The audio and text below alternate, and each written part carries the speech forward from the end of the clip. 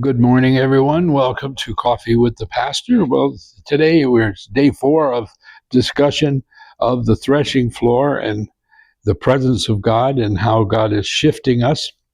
We want to start today in 2 Chronicles chapter 5.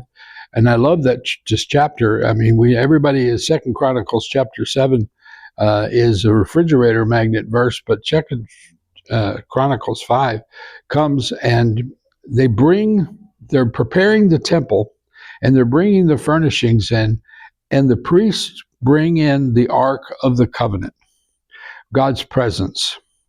And it says that then the priests brought in the Ark of the Covenant of the Lord to its place, in the inner sanctuary of the temple, in the most holy place under the wings of the cherubim, and that the priests carry the Ark and put it in its proper location. That means the presence of God is now occupying the centerpiece of the temple worship. And whenever God does that, whenever his presence, whenever his authority is given paramount location, watch out. And he continues, because in 2 Chronicles 5, it talks about 120 priests. Now, that's a significant number. Remember, 120 people were in the upper room. So 120 priests are praising God. They're playing music. They're singing.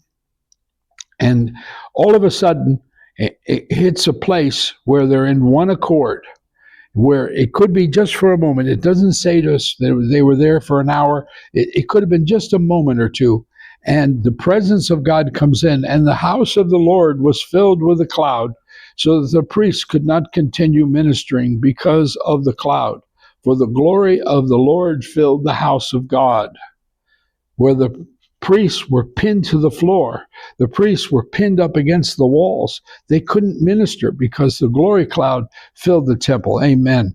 Man, that is just such a picture of an incredible time. Isaiah 21 says, "Oh, my threshed people." There's the threshing floor again. It's about people that have been through the threshing floor, that have come through the fires, have come through, "and my afflicted of the threshing floor. What I've heard from the Lord of hosts, the God of Israel." And then he says, the watchman says, morning comes,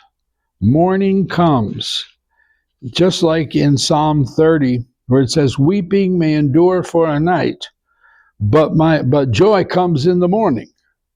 It's like there may be a season of unhappiness or discouragement, but in the morning is when our joy comes.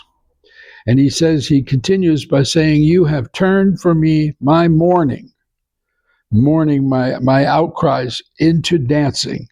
You have turned my life around.